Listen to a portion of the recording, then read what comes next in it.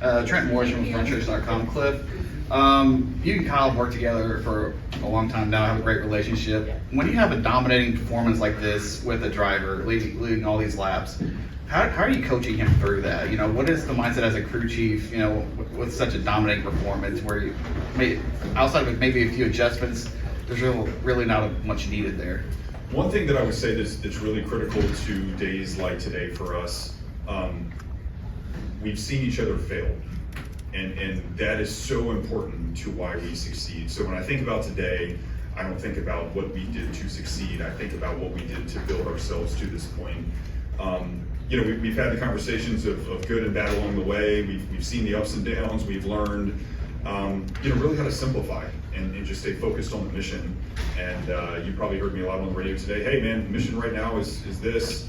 And of course, a lot of times I was trying to tell them to slow down and was going faster, but that's important to have, and certainly thankful for the relationship that we have. But we've had to build it, and we've certainly been through a lot together, and hopefully have a lot more days to come. Steven Stumpf, Frontstretch.com. Kyle, you led 462 laps today, which I believe is the most by any driver at this track since 1977.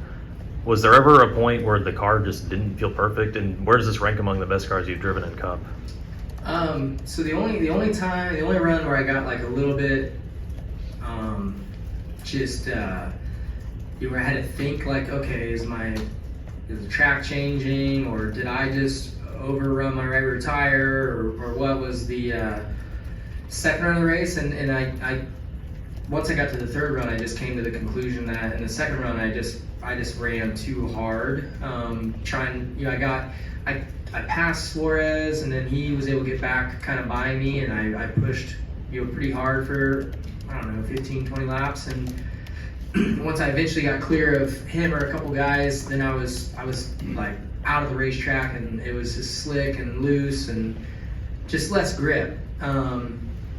But thankfully, Cliff and them, I don't think they made any adjustment after that. I just didn't really know what to kind of communicate to them what I was feeling about it. I just said, I was like, I don't know, I just have less grip now. And then the next run, I was able to pass Daniel or quicker and get back to kind of just doing what I wanted to do and manage my tires, and my balance felt great again, and it felt great all night. So yeah, just kind of had to manage my stuff. So yeah, no, my car was really good. I've had lots of great race cars at Hendrick Motorsports. Sometimes they've turned into wins. A lot of times, they haven't. I look at, kind of one that is more recent would probably be like Iowa this year. I felt like my car was extremely good there, and just unfortunately, it didn't close out that one. But yeah, I don't know. 2021, I had a lot of great cars. I don't know. I could, if I looked at the schedule, I could probably point out some great cars, but tonight was definitely one of them. And then heading into this weekend, 6 of the last 7 races ended in overtime. How much, especially with the laps ticking down, I think it was like 170 laps going to the end. With the laps ticking down, how much kind of was that thought of what if there's a caution kind of in the back of your mind?